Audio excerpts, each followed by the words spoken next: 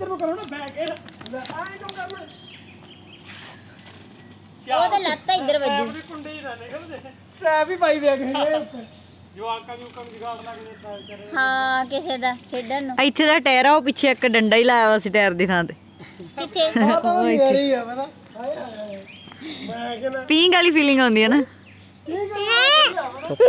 ਉਹ ਕਹਿੰਦੇ ਸਿੱਟ ਕੇ ਆ ਵਧੀਆ ਟਾਇਰ ਤੇ ਹਾਂ ਦੇਖ ਨਾ ਕਿੰਨਾ ਸੋਹਣਾ ਨੈਕਸਟ ਟਾਈਮ